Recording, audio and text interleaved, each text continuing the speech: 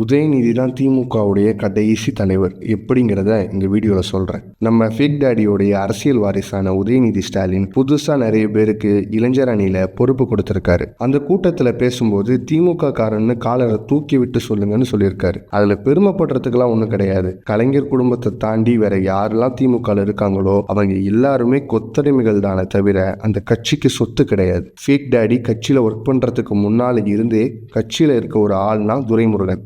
ஆனால் துணை முதல்வர் பொறுப்பு உதயநிதிக்கு உதயநிதினு பேர் வைக்கிறதுக்கு முன்னாடியே திமுகவின் எதிர்கால தலைவர், தமிழ்நாட்டுடைய வருங்கால முதல்வர்னு அப்பவே முடிவு எடுத்துட்டாங்க கருணாநிதி ஃபேமிலி. ஆக மொத்தம் குடும்பத்தை காப்பாற்றவும் கட்சி எப்பயுமே குடும்ப கட்டுப்பாட்டுக்குள்ளேயே இருக்கணும்னு ஃபேக் டாடி ப்ரொடியூஸ் பண்ண ஒரு ஆப்ஜெக்ட் தான் உதயநிதி. மக்களோட நின்று மக்களுக்காக உழைச்சி பதவிக்கு வரவங்களுக்கு தெரியும் மக்களுக்கு என்ன தேவைன்னு. ஆனா அதெல்லாம் இல்லாம தாத்தா அப்பா காசுல சொகுசு வாழ்க்கையில வளர்ந்து நம்மள மாதிரி கஷ்டப்படாம ஸ்ட்ரெயிட்டா துணை முதலமைச்சர் சீட்ல உட்கார்ந்த உதயநிதிக்கு என்ன தெரியும்? குறைஞ்சபட்சம் திமுகவுடைய கொள்கையாச்சும் தெரியுமா அவருக்கு? இதெல்லாம் தெரியாத இவரு தமிழ்நாட்டோட துணை முதல்வர். கேட்கறதுக்கே அசிங்கமா இருக்குல்ல.